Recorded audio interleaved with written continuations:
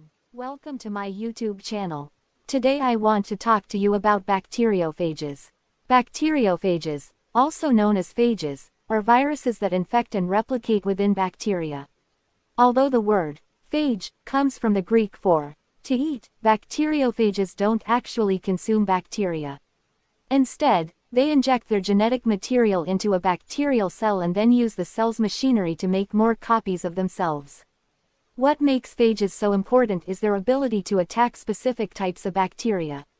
This means that they can be used as a targeted therapy to treat bacterial infections.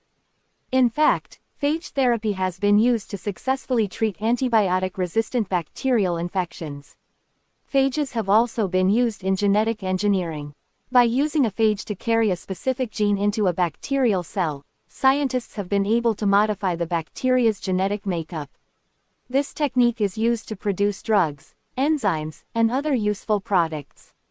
Finally, phages have also been used to study the immune system. By studying the way phages interact with our immune system, scientists have gained valuable insights into how we can fight off bacterial infections. So, there you have it. Bacteriophages are powerful tools for fighting bacterial infections, modifying bacteria, and studying the immune system.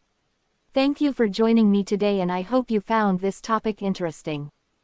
This video will cover the different types of bacteriophages, or viruses that infect bacteria. We will begin by looking at the different shapes and sizes that bacteriophages come in.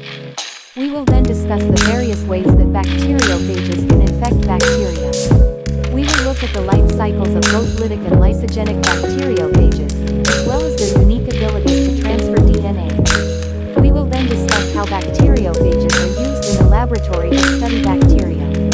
Finally, we will examine the potential uses of bacteriophages in medicine and biotechnology. By the end of this video, you will have a better understanding